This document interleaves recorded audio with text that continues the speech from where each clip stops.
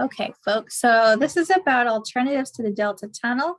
Thanks so much to Steve Usher for suggesting this topic. The bulk of this was written by some really brilliant folks from our Sierra Club Water Committee. So I wanted to give them an extra shout out and credit, and that includes Miss Charming Evelyn, who is with us. Okay, so when we talk about alternatives to the tunnel, it's really the biggest message is that a diverse portfolio is key. California can meet its water needs and provide the flows needed to restore the Delta with a combination of increased agricultural and urban conservation, groundwater storage and management, increased water reuse, and stormwater capture. A smart and sustainable water portfolio will enable us to meet the challenges of climate change and provide the water to our families, farms, ecosystems required to flourish. The amount of water we could save in California with this combination of conservation measures is enough to stop the overdraft of California's groundwater basins and replace much, if not most, of the water we now take from the Delta, thus restoring the ecological health of the Delta and making even one tunnel just unnecessary. I should also note that we are looking into funding further research on this topic. So if you happen to know someone who could give large amounts of money to research this topic, let me know. So when we talk about agricultural water conservation, it's crucial to reducing water consumption in California since agricultural water use represents about 80% of total annual human water use.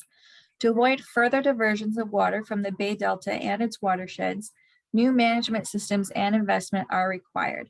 Thanks to improved irrigation techniques, agricultural water use efficiency increased for most crops in California between 2001 and 2010, according to estimates from UC Davis. Even though water efficiency has increased, water savings are still being directed towards ag production, and more really needs to be done to return them to the environment instead. Flood and furrow remain the predominant irrigation methods, accounting for 43% of irrigated acres. However, adoption of drip and micro irrigation systems has been spreading rapidly, accounting for 39% of irrigated acres. This shift can be attributed partly to federal assistance mechanisms. Farmers can benefit from a 50% discount on drip irrigation systems, and then partly to the higher efficiency of new irrigation systems. Using these systems can result in increases in efficiency of applied water from 10% to 20% or more. But the impacts on local groundwater basins must be carefully evaluated before implementing high efficiency irrigation systems, as they can have detrimental impacts on groundwater recharge and result in greater overall water use. The Pacific Institute, David here. The Pacific Institute identifies irrigation technology, irrigation scheduling, and regulated deficit irrigation for specific crops as the main water-saving practices in ag. However, soil management techniques such as mulching, rotational grazing, cover crops integration, and conservation tillage not only provide significant water savings due to reduced evaporation, they also sequester and store carbon in the soil. Select water-efficient crops in arid regions over water-intensive ones is also important as evapotranspiration rates increase due to climate change. So in a nutshell, as it gets hotter, more water is going to be evaporating, so we need to have more water-efficient crops. Just a reminder to mute yourselves, folks. To boost water savings, capital investments need to be directed towards upgrading the infrastructure of agricultural water districts. In a district like the Oakdale Irrigation District, which annual water losses amount to over 100,000 acre feet per year, with 45 to 55% of these coming from on-farm losses, reducing water spills by 75% could save about 15,000 acre feet per year of water. And if you remember, 1 acre foot is about the size of a football field. Another way to increase water efficiency in agriculture would be reclaiming and retiring degraded lands on the western side of the San Joaquin Valley to repurpose them for more sustainable uses.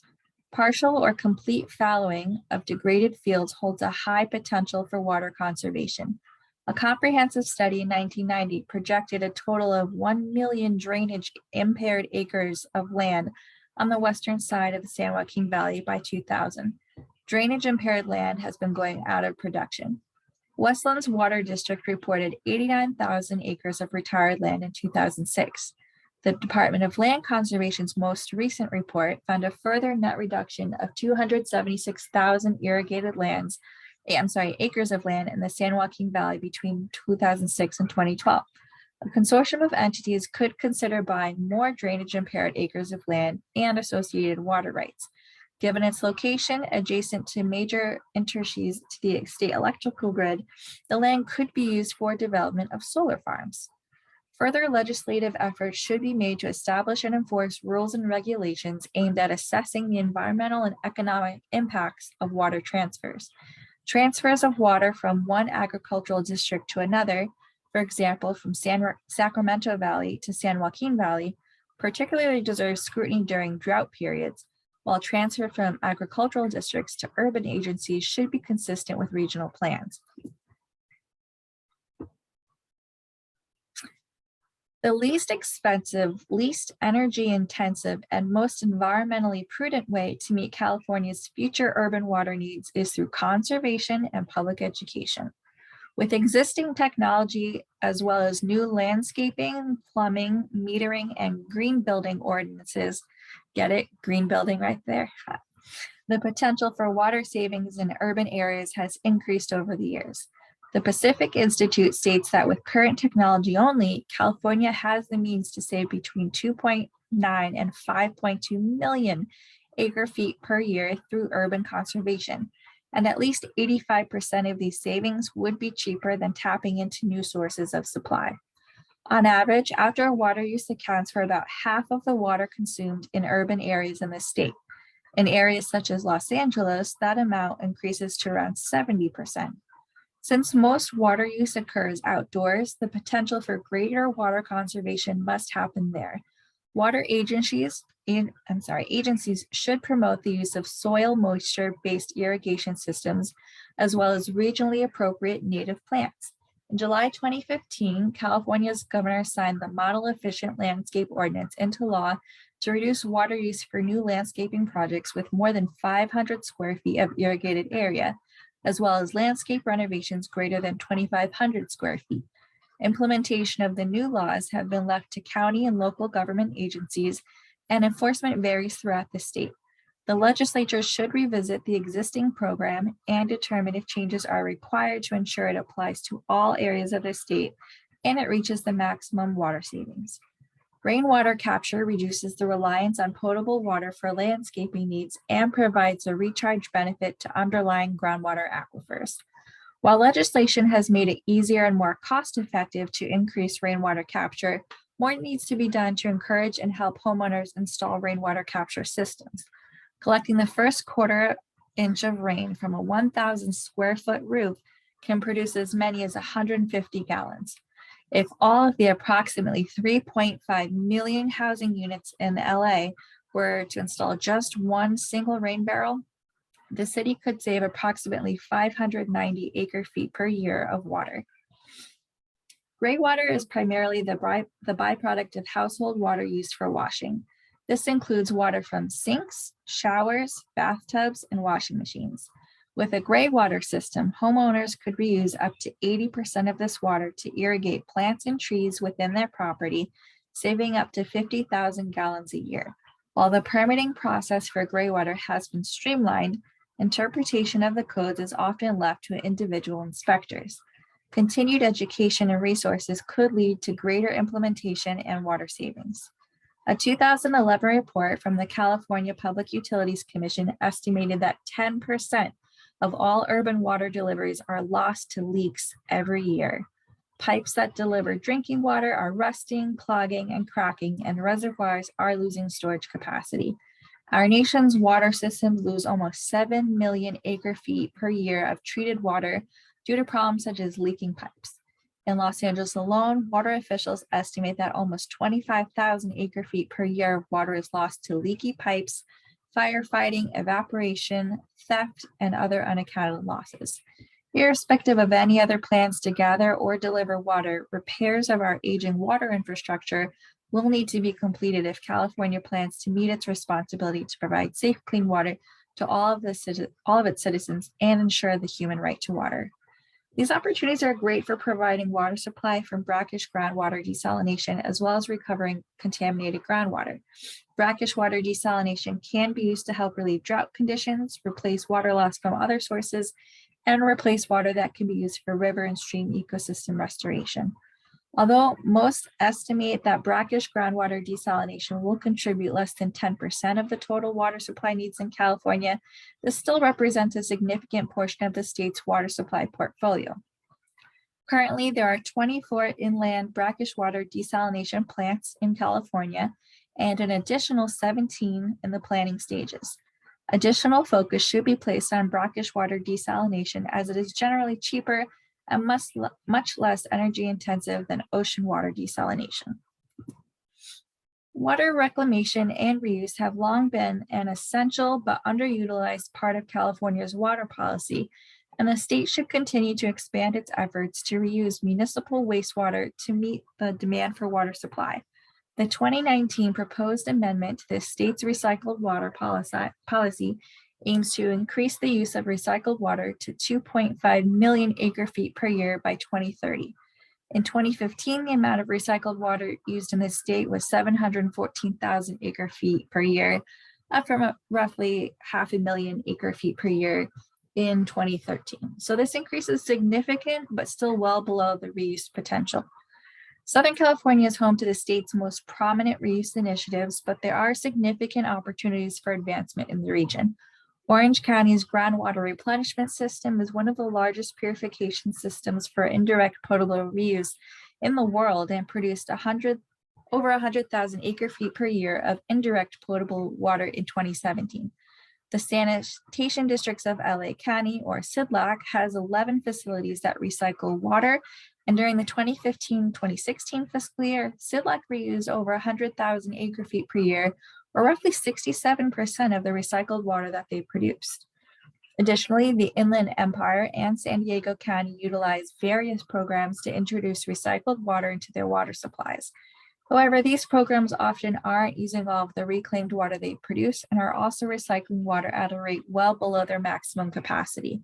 By investing in the infrastructure to maximize the amount of recycled water generated and reused, we can increase the water supply significantly. At SIDLAC alone, maximizing recycled and reused capacities would increase the water supply by close to 130,000 acre-feet per year based on 2015 fiscal year levels.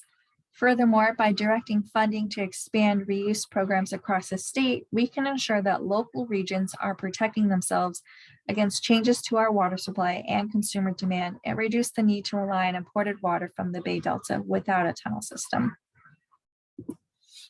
Last year, the Water Replenishment District Board of Directors approved a $34 million grant program to address wells that have been contaminated with PFOA and PFOS. All right, bear with me. I'm going to say some really complicated words. Perfluorooctanoic acid, or PFOA, PFOA, and perfluorooctane sulfonate, or PFOS, are man-made compounds that have been used, I don't want to say man-made, let's say human-made compounds that have been used for several decades all over the world in industrial manufacturing, firefighting foams, like aqueous film forming foam, so when you see it get all puffy and yucky, and several consumer products, including fast food wrappers, pizza boxes, non-stick cookware like Teflon, clothing like Gore-Tex right here, fabric protectant Scotchgard, and stain-resistant carpets. Collectively, these are known as PFAS. PFAS have been phased out of products made in the US since the 2000s. The first phase of water supply well sampling began in the Central Basin, generally in and around the Montebello forebay. A second phase of sampling was added later for the other areas of the basin, including the West Coast Basin. PFAS constituents have been detected in some active production wells, but are currently below the health advisory level established by the EPA in those areas. The Hollywood Sub Basin. So the Hollywood Sub Aquifer and Ballona Aquifer are both in need of remediation and could produce more water. The Hollywood Sub Basin is 10,500 acres and the total storage capacity is estimated at about 200,000 acre feet.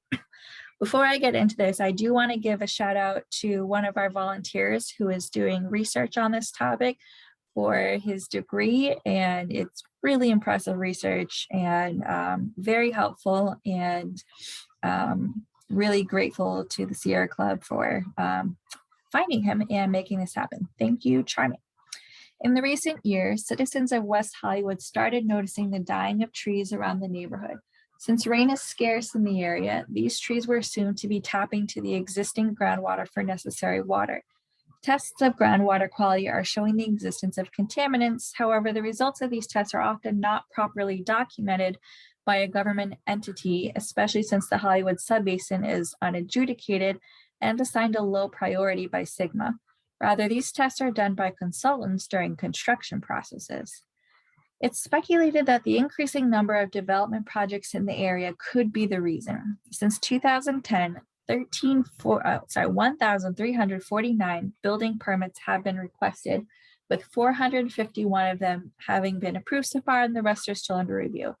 New developments might include basements, and in order to construct the basement with a minimum of 10 feet below the surface, and with a relatively high groundwater elevation in the area, such projects require dewatering or pumping of the groundwater out of the excavation area to conduct the construction process. This dewatering, let me just let someone in here.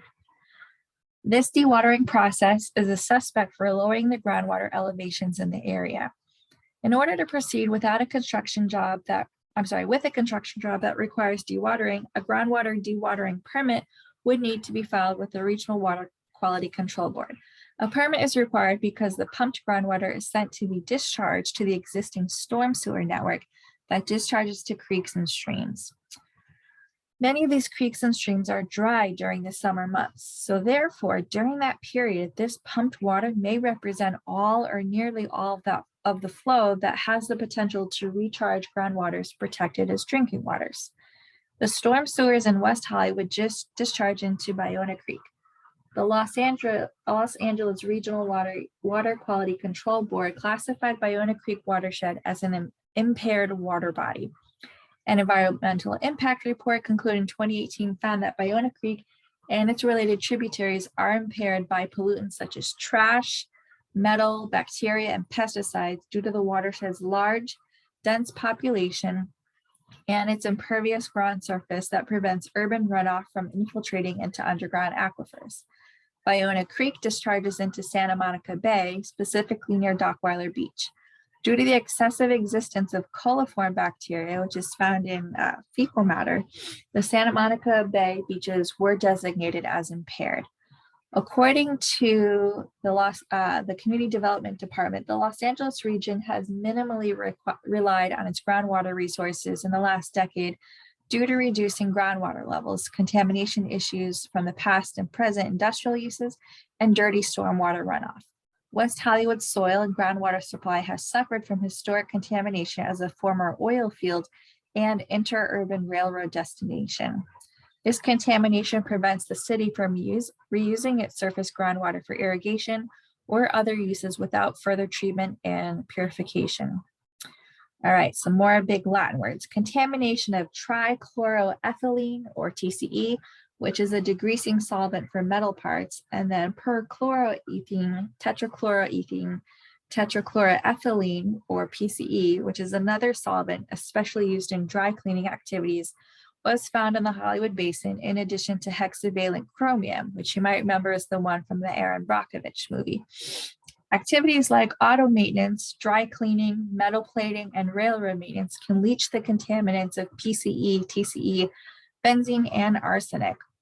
When contaminated groundwater is pumped during dewatering projects and discharged into the storm sewer system without treatment, which sometimes it's not required according to this permit, then these contaminants will end up in the receiving surface waters, Ballona Creek and Santa Monica Bay.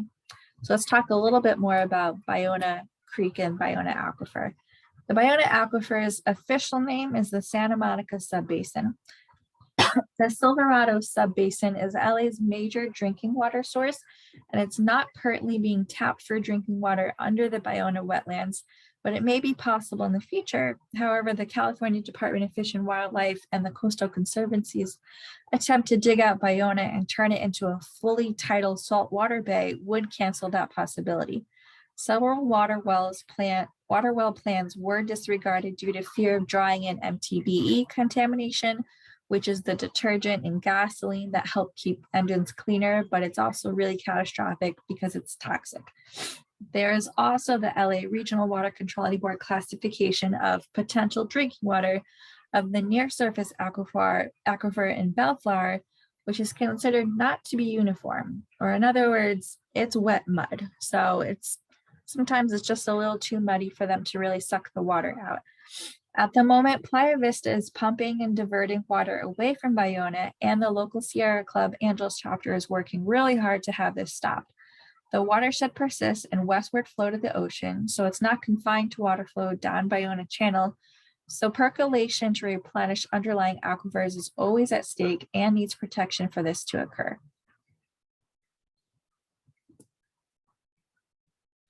Brackish desalination, just a little bit more on that.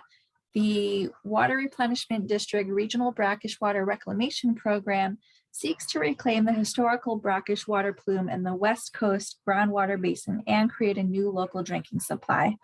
The regional effort will use new groundwater extraction wells, desalination, and state-of-the-art technology to purify the salty water and use it for distribution through local municipal drinking water systems. The new regional groundwater desalter facility will use reverse osmosis, which is pretty cool, to remove the salts from the water, and will provide up to 20,000 acre feet of high quality drinking water to local customers. The removal of salty groundwater will in turn create available groundwater storage capacity for excess local freshwater and recycled water. So as we take that water out, it creates more space in that basin for other water. Local water providers will be able to store surplus water for use during dry years, thus creating drought resiliency for generations to come.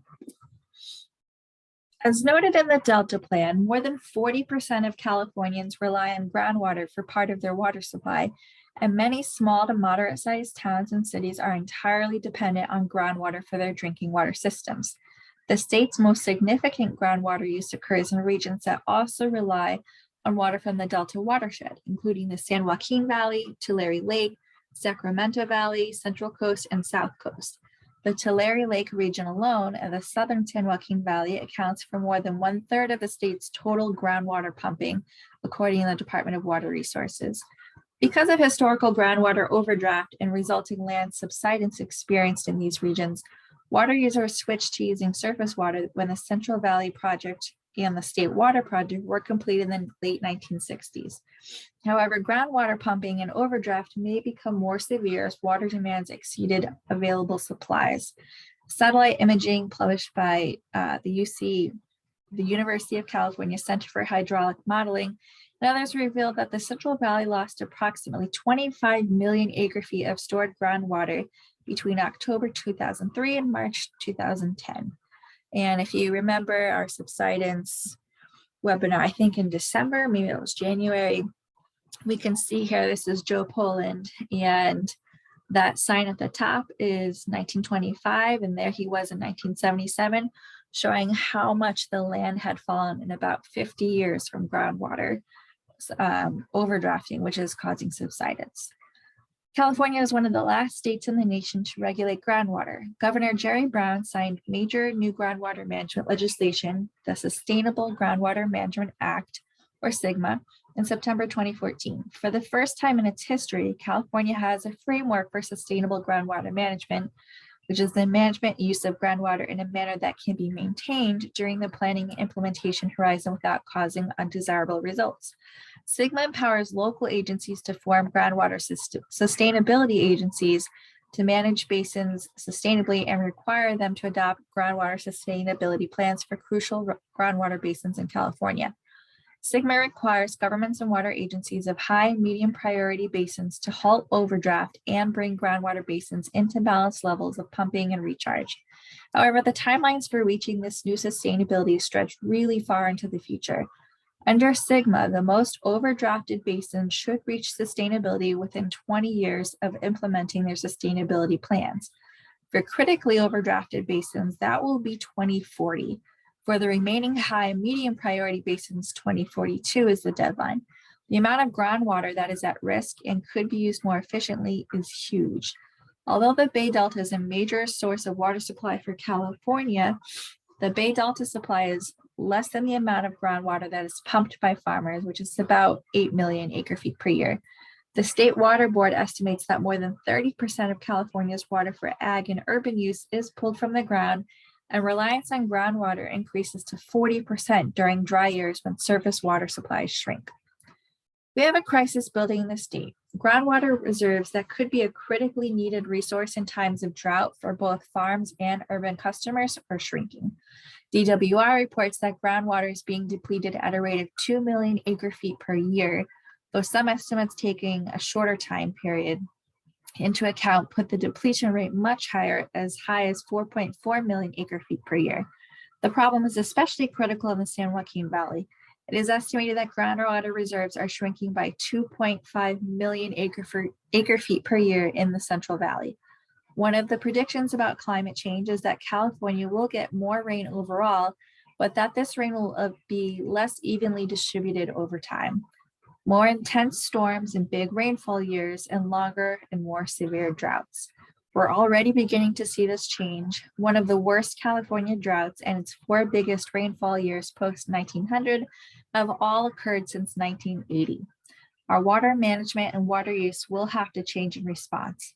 A key change will be the restoration of our groundwater reserves, which are the largest reservoirs by far in California, provide crucial supplies in drought, and are a day-to-day water source for many, especially in disadvantaged Central Valley communities. To do this, we must accelerate the implementation of SGMA and aim for an increase in the current levels of groundwater, not just the avoidance of undesirable results compared against a degraded baseline. Once our groundwater basins are managed so that no single individual or corporation is able to exploit them, we can ramp up our efforts to restore groundwater with the water from big rainfall years that climate change will bring. Thank you, folks. All right, I'm going to stop sharing now. We're still recording in case there's some really awesome questions and comments, but do I still see Chime? Yep, there she is. So Chiming wrote a lot of this. She's an expert. So let's take it away. Lionel, you have a question? Yes, thank you for your presentation, Miss Katie. Or as when you were presenting, I noticed that you talked about, correct me if I'm wrong, okay? But I noticed that you talking about, I think watersheds, how to capture stormwater, or like how like when it rains, because as you know, climate change is a huge, big deal, especially in Southern California due to the dry climate. Projects and how to channel the stormwater into, I guess, the underground, I don't know, reservoir. I'm not sure how you call it, but I work for Tree People part-time, and one of the things that I'm doing at Tree People is it's a nonprofit organization, and we're trying. In the past couple of months, I've done a presentation on the water needs assessment with local neighborhood councils, you know, in Sun Valley, you know, North Hollywood, and other parts of the county, mostly, well, LA County, and predominantly like in LA City and the Valley and other neighborhoods, because we're right now in phase 2 of the water needs assessment, and eventually we're gonna move on to phase 3 and 4 on project development and project implementation, on developing projects like bioswales, how to reduce flooding on our streets using permeable surfaces rather than solid concrete, where the water, when it rains, you know how it floods. We're trying to channel the water into the underground, and that's what we're trying to develop with the city of LA as a whole and county of LA. And that's what, when I was doing a presentation similar to yours with the water needs assessment, because we're still taking surveys. It's still open. If anyone's interested, I could type it in on the chat box and spread and tell your neighbors or your neighborhood council, or to still take the survey, because what we realized is that when we did the survey, Anna Karen, who's the water equity lead on this, last year, a couple months ago, not that long ago, we did outreach and information trying to get people to take the survey, and not many people took the survey. So we still would like more input from the community members. If it's okay with you, Katie, if I could share the website so that people could share it with neighborhood councils, organizations, your neighbors, anybody. The more people we get to sign up, we need to speak up and try to get city officials, county officials, state officials to develop these projects to capture stormwater, and also encourage people to get rain barrels, so they could use it to water their lawns and things like that. Yeah, thank you so much. Sorry if I went overboard, but yeah. No, that's fantastic. I actually saw that presentation last week from LA Waterkeeper, and it's really impressive what you're looking to do with groundwater and surface water. So yeah, absolutely. Put that link in the chat if you have it. And if you can't find it now, when you do find it, I'll distribute it to the email list. So that's awesome. And great job that you're working on that. That's really fantastic. So I will just add that, of course, this is one of the projects that I have been at the forefront of, and which started actually about 4 years ago, Lionel. And I've actually helped 3 people. And we normally have a meeting, and the public actually is invited. It's called the Greater LA County Integrated Regional Water Plan. And we have a meeting every other month, and it's on, I think they just switched it to Wednesday. It used to be Thursday. I normally have a conflict, and so I wasn't able to attend last month, but it's open to the public. And so I would say to you, it's a great way for you to learn what's happening in LA County in terms of water and stormwater capture and everything else that's going on. LA Sanitation, again, that's the city of LA. They actually have what is called a Green Streets program, where they are putting in rain capture underneath very busy thoroughfares that typically flood, so that they can capture that rainwater. So if you're actually in the county of LA, there are actually quite a few rainwater, stormwater capture projects going on. One of the things that when Measure W was passed, I can't remember how many years ago, 4 years ago, when Measure W was passed, is that they did not take into consideration how they would have these projects improve fence-like communities. So, communities of color. And that is one of the bigger issues. And so they are trying to revamp the program so that folks in those communities can actually see direct benefit, because everyone is paying for this. It's coming out of your property taxes. And so it's one of the things that they're trying to really fine tune. And I'm very happy to see them doing it, because it's one of the things I kept harping on.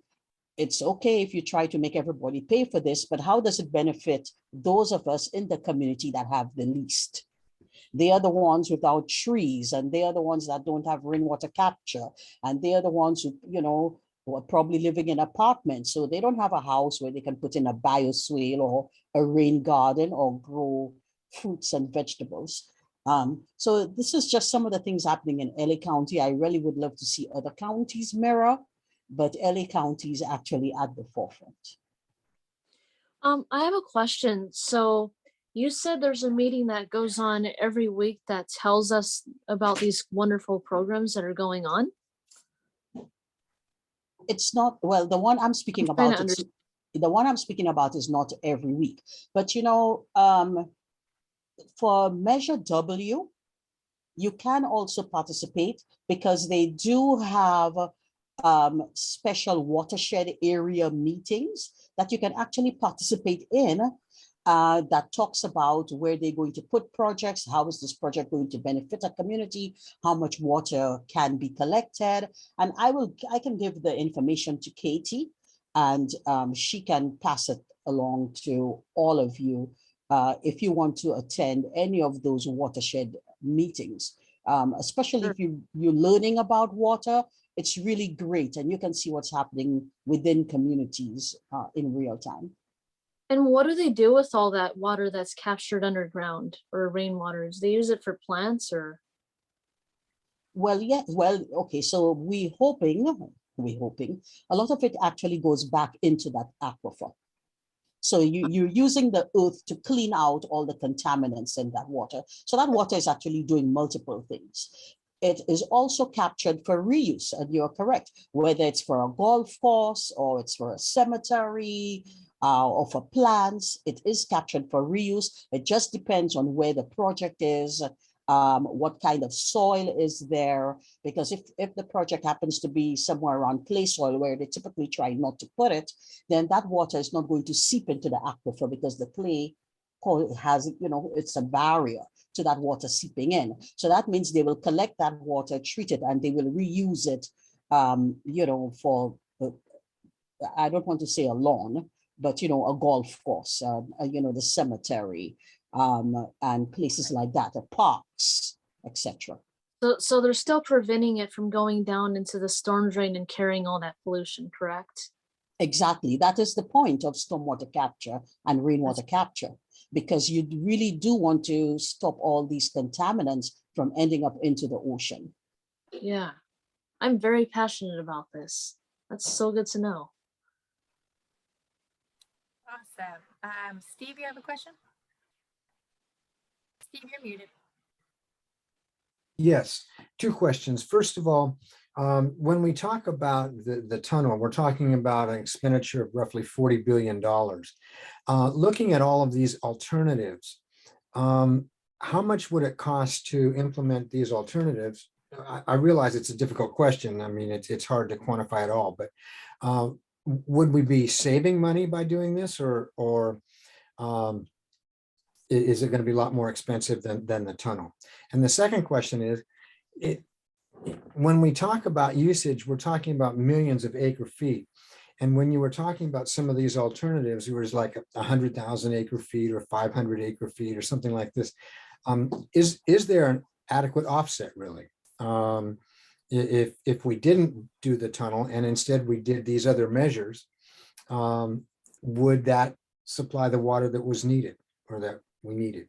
So the answer to that question is yes. And if Katie could bring up that slide that you're referring to, what that slide does is tell you how from the tunnel.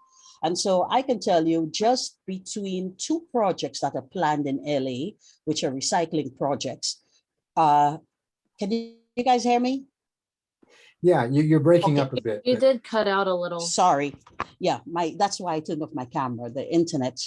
For two projects that are being built or proposed to be built in the LA area, which would be recycling facilities, the two of them together would actually bring in 400 million acre feet of water per year. Ooh. That is a lot of water for us. Yeah. Okay. Yes. And remember, 1 acre foot is good enough for a family, for 3 families. And if we consider a family to be a family of 4. So we're talking about a lot of water just in reuse. Now, when you're talking about cost, so let's talk about cost. First of all, conservation has no cost to it. So you're already Right. offsetting money there when in terms of the delta. Let's take a look at the most costly, if you want to speak about it, you want to think about it, would be remediation projects or brackish water desal. And these are two sides of the same coin. And so the technology used for brackish water desal is the same technology used for ocean desal, but here is the main difference. Brackish water, these are typically bodies of water that are found inland and that are a little too salty. So you're not killing any marine life. And if you're using it for salt water that's coming in because maybe the aquifer has been overpumped, you're taking out that salt water, that brackish water. Again, we're not killing any marine life. That water does not have to travel very far. So your energy output is a lot less because you are treating the water at the source and it will go directly back into the system or into the reservoir once it's treated for it to be used immediately again. Ocean desalination is completely different. Yes, the same technology, reverse osmosis, UV light, same technology. However, we are talking about putting pumps into the ocean, dragging that water into a facility, treating that water. Then there is a byproduct that occurs as a result of ocean desal. And because of all that traveling, the energy output becomes a lot higher. And that is why ocean desalination is more expensive. And you have to remember when you're using an ocean desalination plant, when production cannot slow down. So you have to find somewhere to put all that water in the evening when there is less water use. So that means we have to build storage. If we're not building storage, we're pumping that water into an aquifer. It's not going directly back into your pipes. So that's another issue as well with ocean desal that drives up the cost. So we spoke about brackish, and so the cost actually comes down since you're treating the water at site and it can be used immediately, put back into the pipes for people to use. And so that lessens cost. Now, stormwater capture projects. If we just have simple rebates for folks like Katie said in the presentation, where every household just put one rain barrel, that first inch of rain, we would be capturing so much water. Can you imagine if everyone had 4 water barrels or they actually had awesome cisterns? So it's a matter of, letting people know these things are possible and there are rebates and the cost is much less. And, one of my favorite things I always like to speak about is gray water systems. A lot of folks are not aware that gray water systems are legal in the state of California. Oh. Everyone thinks it's illegal. No, it is not. You can install a very simple gray water system. And if you have fruit trees in your yard, the water just coming from your washing machine. If you live in a private home, you of course, you have to change the soap that you use. You want some biodegradable laundry detergent. But just that water from your washing machine is going to keep your garden alive. So again, little ways that we can all make a difference that play into the bigger water portfolio. Yeah, when I get asked this question from water board members, it's also about how we fund it, right? So the tunnel would be funded by right now 18 water agencies or contractors, and then MET is included 38 agencies. So it's kind of all the water rates go to pay for that.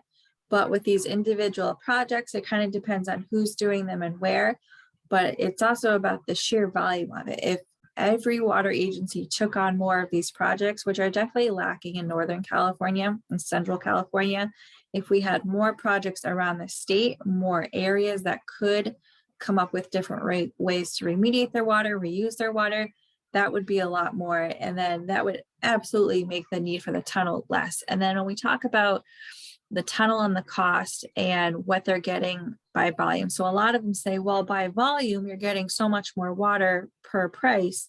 But when we look at the longevity of it, we're not going to have snow in 25 years. And by the time the tunnel will be built, if it were even to stick on construction schedule, which if you've ever seen construction, you know that it's never sticks to schedule, it would probably line up with the year 2045. So the tunnel's supposed to be being built 2040, but the year that they predict this, there won't be any more snow in the Sierra Nevada is 2045. So if those years line up, then what is the point of this tunnel? There's not going to be anything in there, and then it's a complete waste. And when we've talked to some folks about that, they'll say, well, even if it's only a few years, you know, it's worth it. No, it's not. It's not worth it. Then you're paying $40 billion for, I don't know, 10 years of water, if that. It's not functional. But I did want to say, when I mentioned in the beginning that we're looking to find someone to do the research, which we've got some folks that we're looking into, but and then fund it. That's really the research we're talking about. If someone out there is going to be able to add up the volumes of water in all of the basins, all of the aquifers, all of the potential water savings with different projects around the state, and we can quantify that, then we can really have some numbers to say, this is the exact number of gallons of water that we can get with these specific projects versus the tunnel. That's really what we're trying to do. So, you know, it's in the works, but if anyone wants to contribute, if you know a really loaded person, let us know. So, can I say something? Hold on, Lionel had his hand up. So Lionel. Yes, thank you. I just wanted to add one last thing on the watersheds, on the projects that Tree People, in collaboration with other nonprofit organizations around LA, about the biosource. For example, one of the Pam Gibson from Tree People, who I would say is an expert in a lot of trees and projects. Pam is a really great person. We went out in the field in Sun Valley in a neighborhood to demonstrate how biosoils work in an area, because certain parts of the city neighborhoods are flooded, and in the past that street was flooded in the past, but in partnership with other city agencies and departments, they came together. They kind of redesigned the landscape, and it helped reduce drastically, like almost eliminate the flooding, because it was able to channel the water towards, you know, like the biosoil gardens and away from like the solid street, like, you know, the asphalt where the water will be just standing there. So yeah, but yeah, because in the past certain parts of Sun Valley was flooded, and now they're able to eliminate it. So yeah, thank you. That's really Just cool. wanted to add that before I forget. Yeah, no, that's awesome. Thank you for that. Sydney, your question? So I heard I didn't understand everything in the report you read, but I heard some statistics about how much more, like the amount of capacity of how much more water could be saved if certain projects were adopted, regarding like acre feet and stuff like that. Like, and I was wondering, like, I wish I could come up with an example, but like, let's say some of the projects that are already going on and like how much water they're saving or whatever. But for instance, if other projects went on that were more local and sustainable, how many acre feet of water could be saved? And I think we should figure out a way to get that part of the report, if you know what I'm talking about, that puts in the Specific statistics. ones. So the Brackish desalination alone from the water reclamation would be reclamation program would be 20,000 acre feet per day. So Well, what I'm that's the saying is if we can get these statistics to the water agencies about how many gallons of water Right, some of that's these the health- research I was talking about that so Charming's got those numbers there, but that's the research we're trying to fund that statewide in every area with every type of program. What could we come up with? And yeah, it's that would definitely take someone a few months and probably someone very, very smart with many degrees. I So wish I had the ability to do that because you and me both. I feel like we're the only ones that know this, and I wonder how much is already. I mean, I know there's some stuff already being done, but I Well, wonder how most being done agencies to save. most agencies have this kind of information about their own projects. So, and then the Pacific Institute has talked about this a little bit. So there are groups out there that look at these things, but I don't think there's been anything statewide currently up to date with all of the potential. And how much research would this cost? Probably, my guess, I think, would be 20 to 30,000. It would be a grant that we would work with to get to either an institute or a university and have their scientists and statisticians work on that. So it sounds to me like there's a lot of water saving projects, like for instance, to collect and recycle rainwater in LA already, right? It sounds like LA that's and what's- Orange County are pretty good about these things. Yes, absolutely. great. So here is just a fact that some of you might know and some of you might not, that LA uses the same amount of water it did in the 1970s, Huh. even with population expansion. And that is because of the amount of work that they've done in water remediation and filling up those aquifers again, and cleaning up that recycled water and reusing it, stormwater capture projects. That is an exceedingly great number. Okay, so let me see. Okay, so what year again, and how much has the population increased? Because I'm trying to understand how much progress this is. Okay, so you're talking about a population maybe in the 70s of what, 2 million people?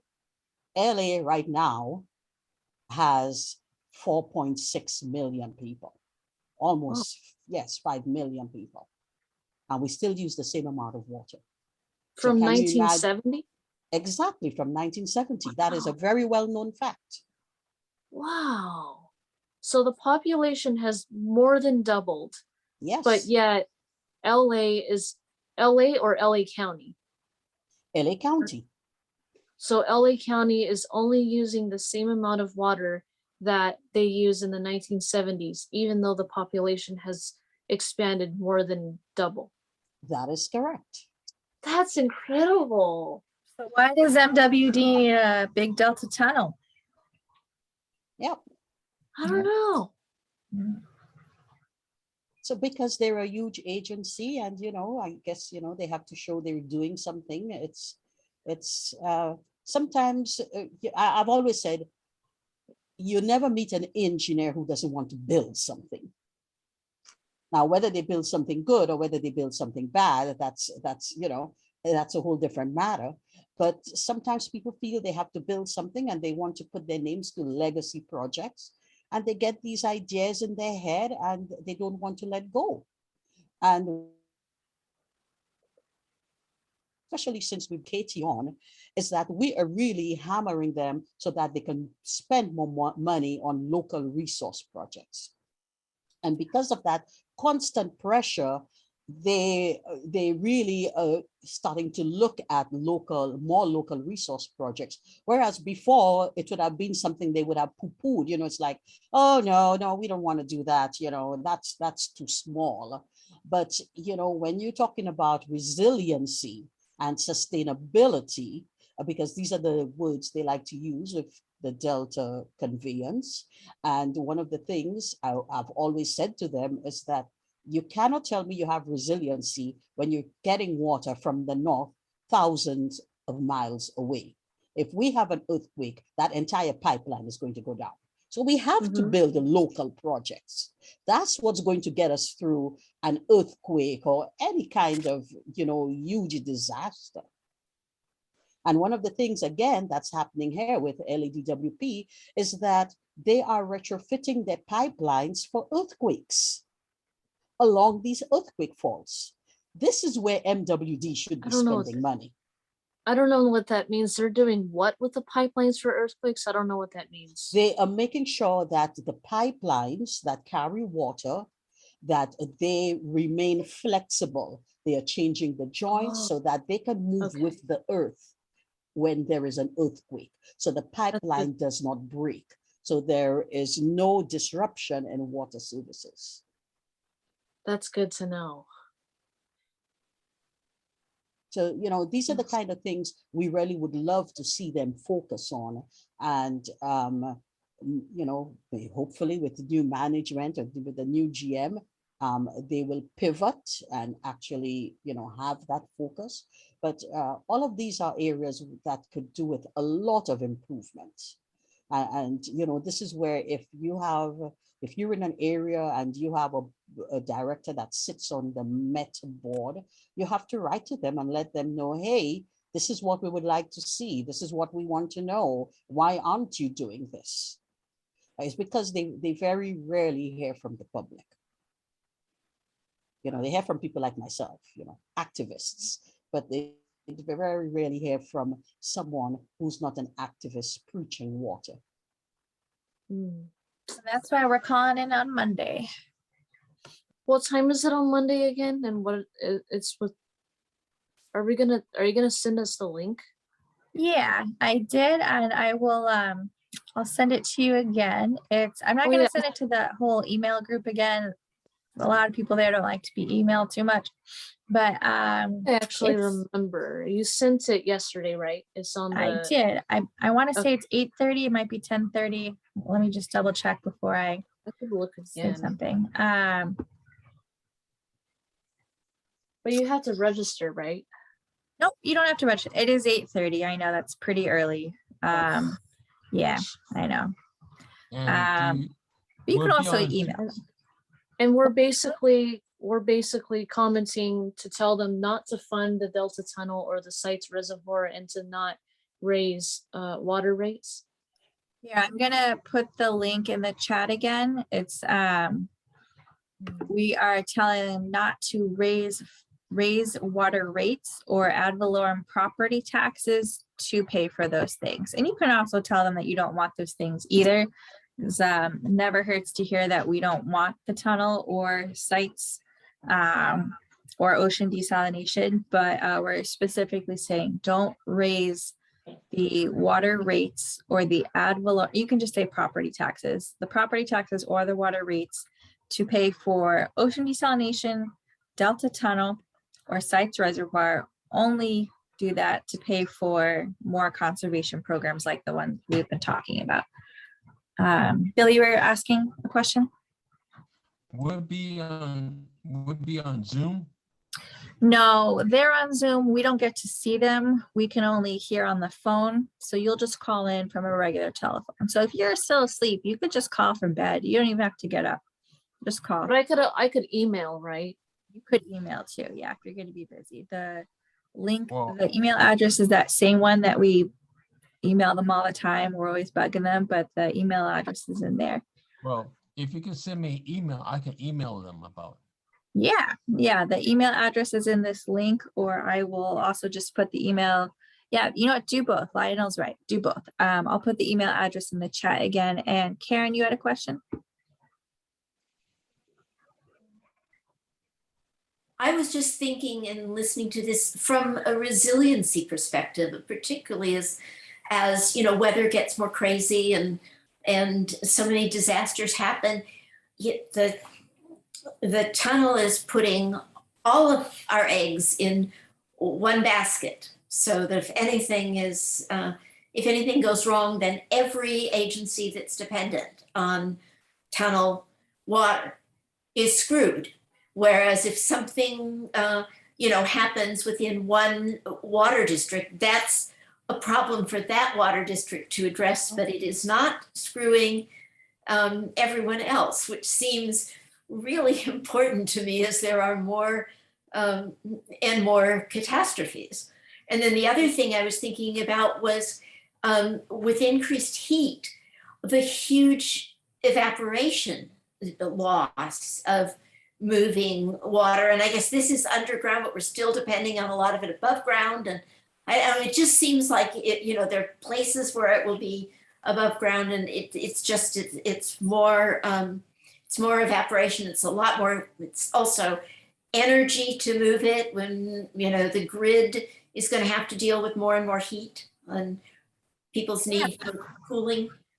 That's a brilliant point. I'm going to add that to the permanent talking points, because you're right. If that goes out, that's 18 about 50 water agencies that are going to be screwed.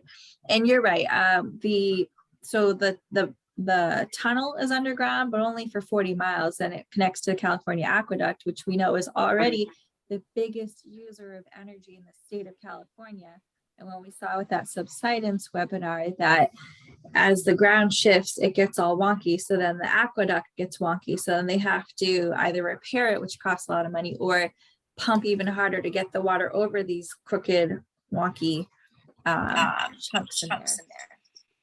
I wish I were as smart as you to be able to make out a good point. Ooh, we're echoing. I don't know why. Really good point.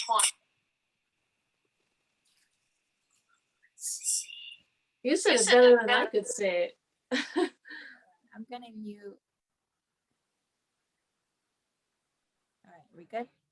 Sydney, you said something. Sorry, I was echoing pretty strongly. I was saying that point that she made, I don't know who came on, but that was a really good point, and that was really well said. And like, I mean, I wish I could make a really good point like that, but I mean, I think that what she said should definitely be brought to the attention of all the water agencies, because yeah, like, it's important that we spend tons of money to build something that's not going to mess up everybody else, and that if there is something that happens, it's only within, you know, a certain agency or a certain group of people and not everybody else. Yeah, that's a good one. Jeff. Yeah, sort of tangential, I guess. Point to bring up with what Karen said was that spending all that money on such a huge project tends to tell us lazy Californians, well, I shouldn't say us, but many people that, but a lot of people will tend to get lazy in their water use and conserve water. Why should I conserve water? We have all this as much water as we need now. Exactly. And when that tunnel in 10 or 20 years is no longer really viable to support the amount of water that California needs, that makes the situation even worse, because now people are used to not doing any conservation at all. Yeah, that's kind of like what we're finding. Sorry, I don't know if it's on. That's kind of what we're finding every time there's a drought. Temporary urgent change petitions. People say, oh no, it's crisis. It's like an I emergency. can't hear very well. I'm gonna try. Nope, I don't know who it is or why.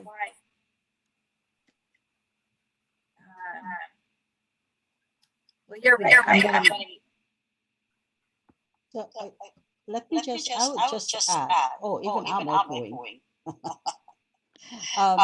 Conservation should be a way of life. And it's one of the reasons whether we've had excess water.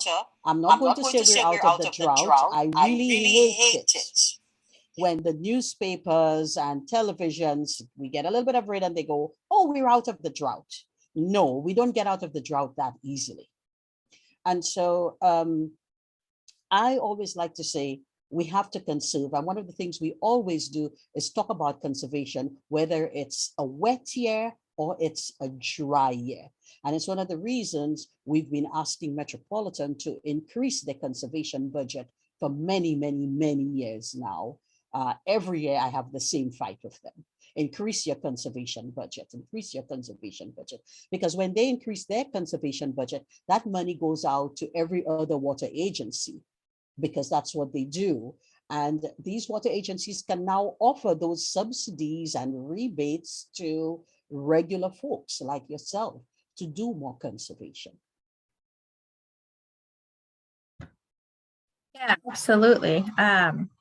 Yeah, I was just saying to that end that every time we hit a drought, they'll say, oh no, it's an emergency, declare it an emergency. So then they can act temporary urgent change petitions, which then is basically an override of all these environmental protections. And they can say, well, it's an emergency. We don't have any water. Well, you don't have any water because you didn't plan very well. You know, it's like the grasshopper, be an ant. So Billy, I saw you raising your hand.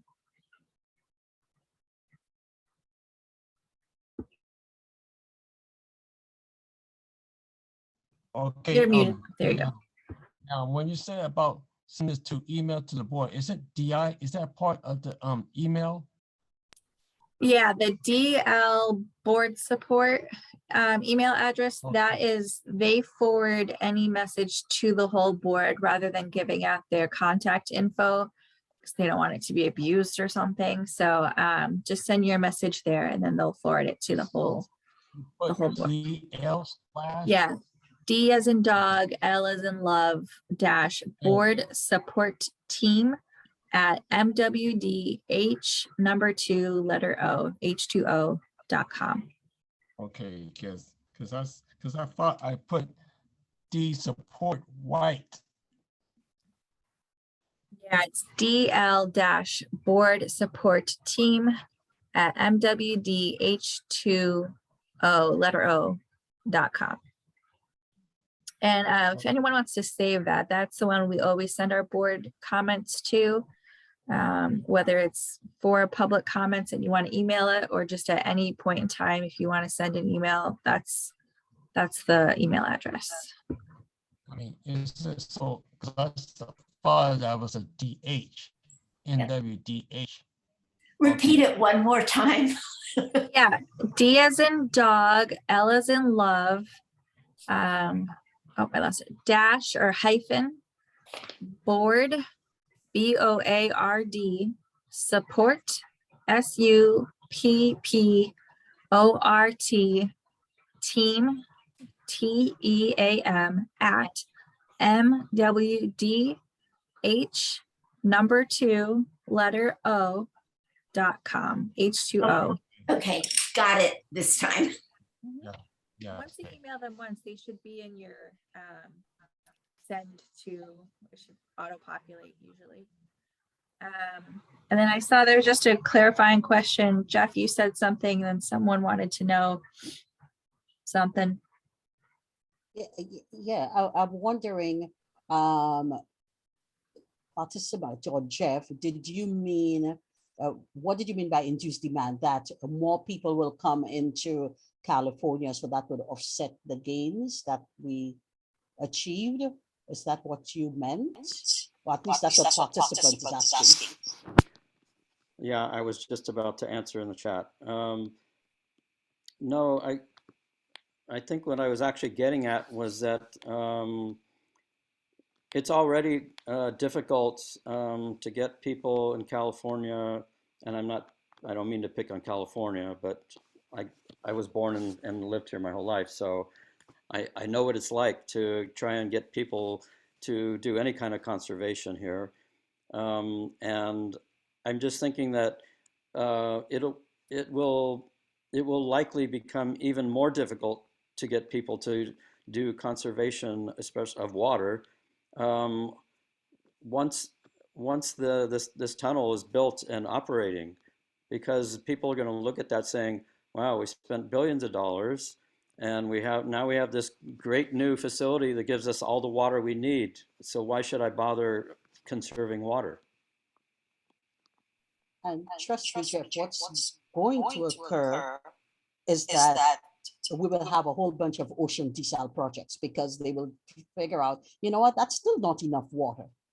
We need even more water. And so I always let everyone know water is a finite resource. People think it's an infinite resource, and I say, no, it is not. It's a very finite resource. And this is what I say to, the kids when I speak at schools, and I always ask, do you think you're drinking the same water that the dinosaurs peed in? And the kids always go, yuck, yuck, yuck, yuck, yuck. And I'm like, yes, you are. And I explain, I explain our entire water cycle. And we have to educate people, because once you explain the water cycle and you say to them, all water is recycled, there is no new water, then people get it. That's the only way they get it. So it takes a massive amount of education. And one of the things that we have learned over the years is that once someone has changed their habits for a period of like 12 weeks, they actually don't go back. They actually don't go back. So it's a matter of, hearing the same message, and they start doing the same thing, and then it actually becomes a way of life. It's true. If any of my diets could last 12 weeks, my life would be very different. But, Chiming, anytime someone says that about how water is not, how it's a finite resource, I always think about how much water gets trapped in plastic and steel, even glass, and just anything where we're never going to get that water back.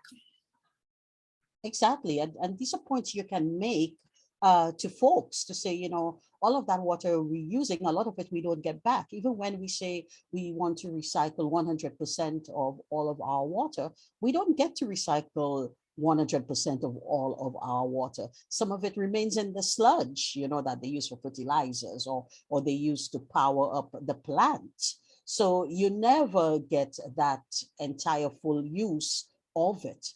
And so it's a good thing to just remind people and say, do you remember the water cycle?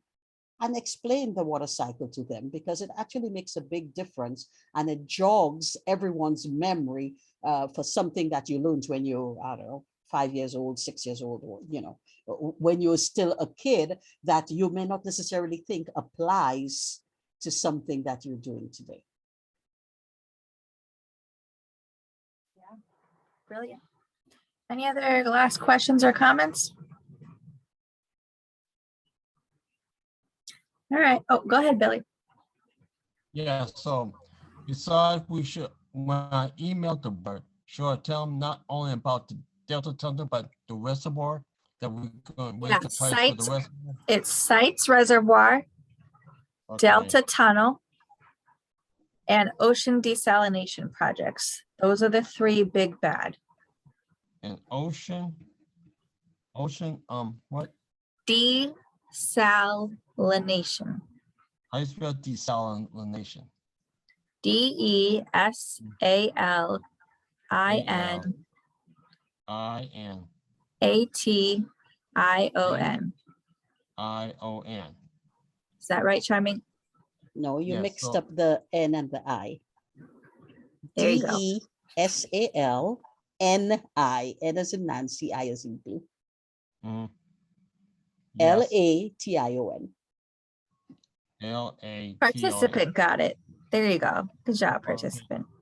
So we just said not to raise the rate for the free, but raise it for conservation. Perfect. Yep. For local conservation projects. Okay. Perfect. And Billy, you know what? I'm going to put your op-ed. If you joined us late, Billy's op-ed was published. Woo! I'm going to put that on Sierra Club's media website. So anything that we get out there in the media, all the people who work here, I'm going to throw you in there. Okay. So that means when people Google Billy Trice Jr., you'll pop up on our website. Hope that's cool. Okay.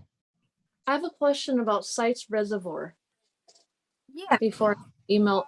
So I think I'm just gonna email them because 8:30 I'm still gonna be asleep. But Sites Reservoir, that's bad because that'll be taking water out of already water stressed places like the Sacramento River, right? And it'll contribute to the loss of the Chinook salmon.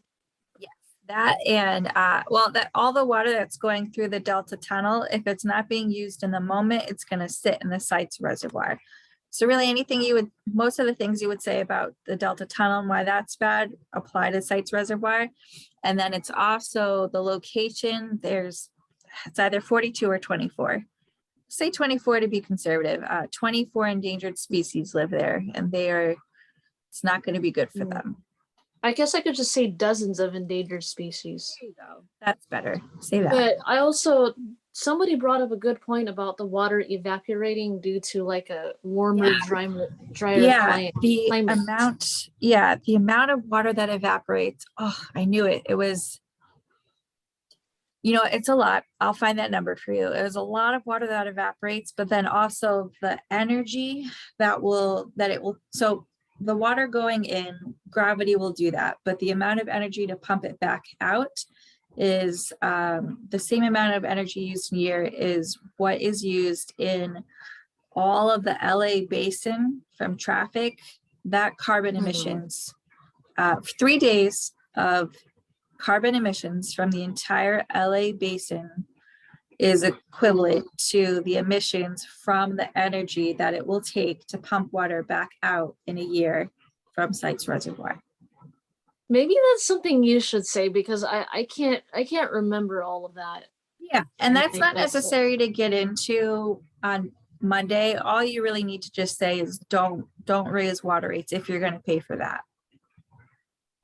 And so, Sydney, to answer your question on evaporation, we lose 1 inch of water per day. Ugh. And that goes for swimming pools. You should always cover your swimming pool. That's another conservation. Another conservation tip, if you have a pool or you have family who has a swimming pool, cover your swimming pool. Wow.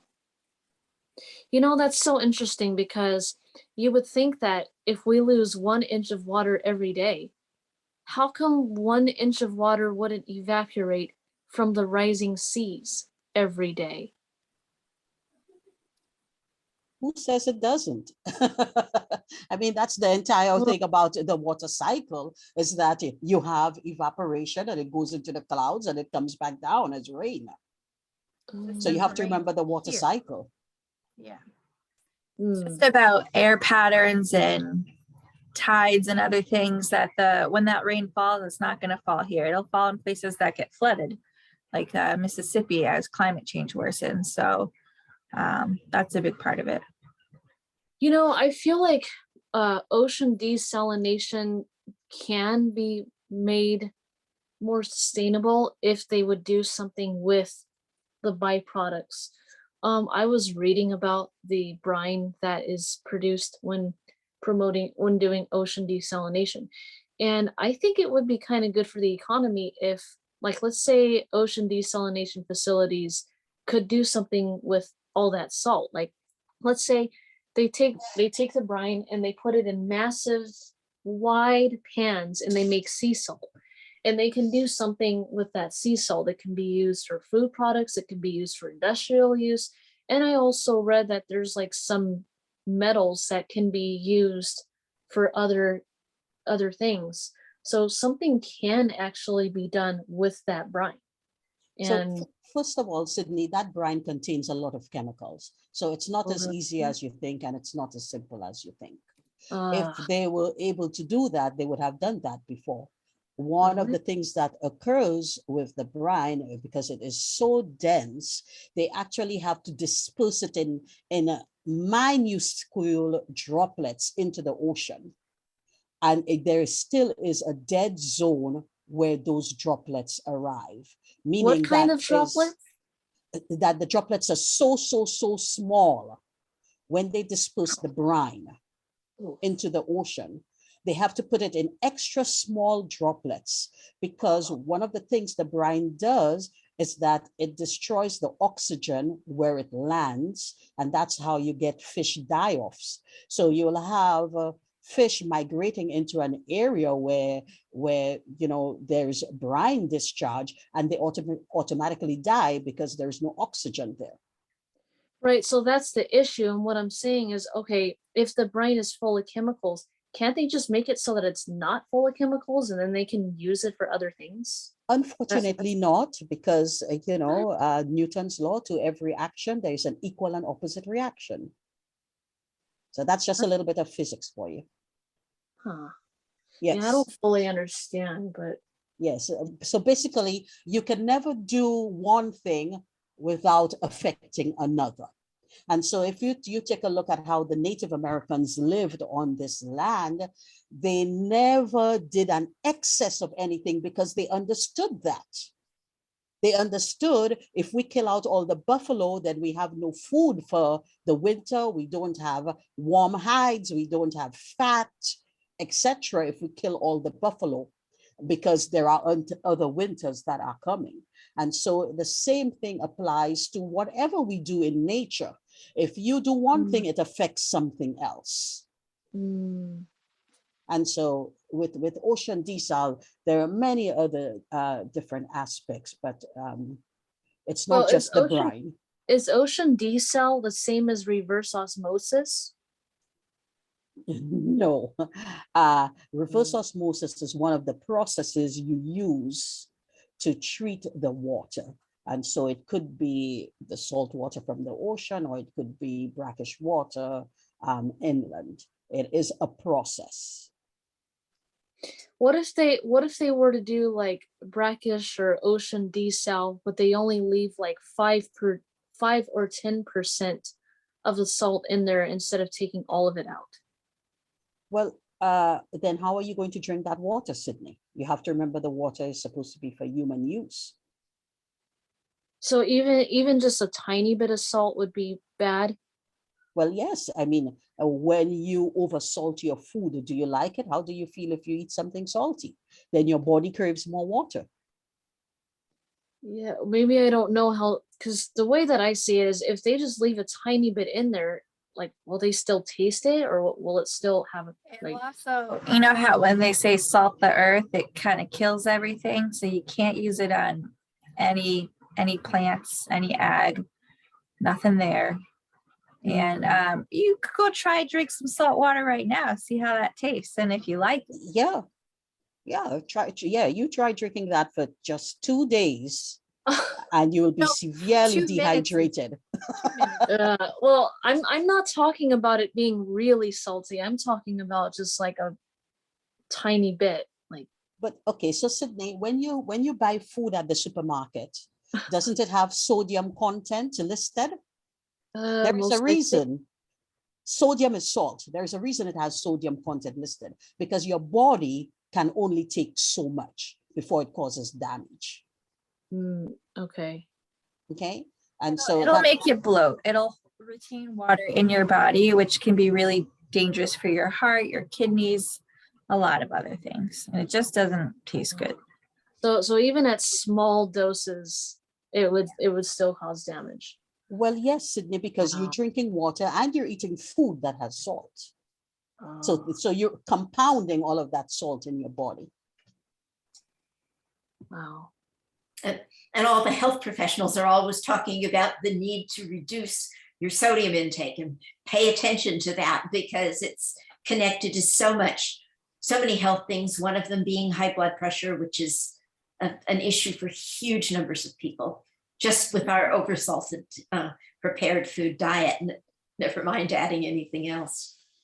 Don't you just wish our bodies could withstand more salt, just like sea life, and then we wouldn't have to worry about this? Wish our bodies could withstand more calories. So any more questions or comments? Okay, awesome. Charming, thank you so much. This was fantastic. I learned a lot. And Lionel, Lionel, your survey is fantastic. If people didn't click on that link, go ahead and search for that, unless Lionel, you happen to have it handy if you want to post it one more time.